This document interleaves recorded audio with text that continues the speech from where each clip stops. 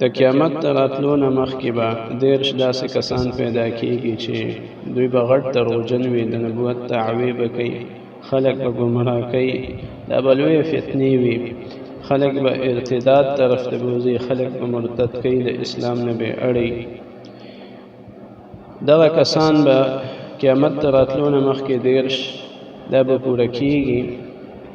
او یو خو واړه واړه کسان وي چې د نبوت دعوه وکړي خو ډېر مشهور نه وي، څه ملګري نه وي، واړه کسان یې دعوه وکړي او بس ختم شي. دا به هغه کسان وي چې کم غټ فتنهګر وي او د دوی ملګري به ډېر زیات وي، لکه د صحابه کرامو رضوان الله علیهم اجمعین په دور کې مسیلمة الکذاب د ده د ملګرو تعداد لکونو ته رسېدلی او ډېر زیات مسلمانان وي د اسلام نه اړولي وو، ډېر زیات مسلمانان هغه مرتد شوي وو. همداسې د نږدې وخت کې مرزا غلام قادیاني دی پیدا شوی او د ده کسان هم د ده ملګري هم د لکونو په تعداد کې.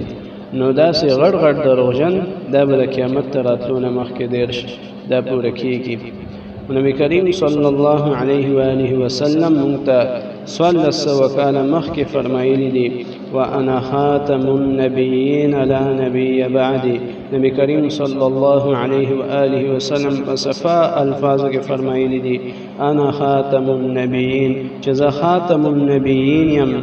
نبی کریم صلی الله علیه و آله وسلم د خاتم النبیین تفسیر او تشریح بخبله کوي لا نبی بعدی، زمانه بعد بل نبی نه پیدا کیږي.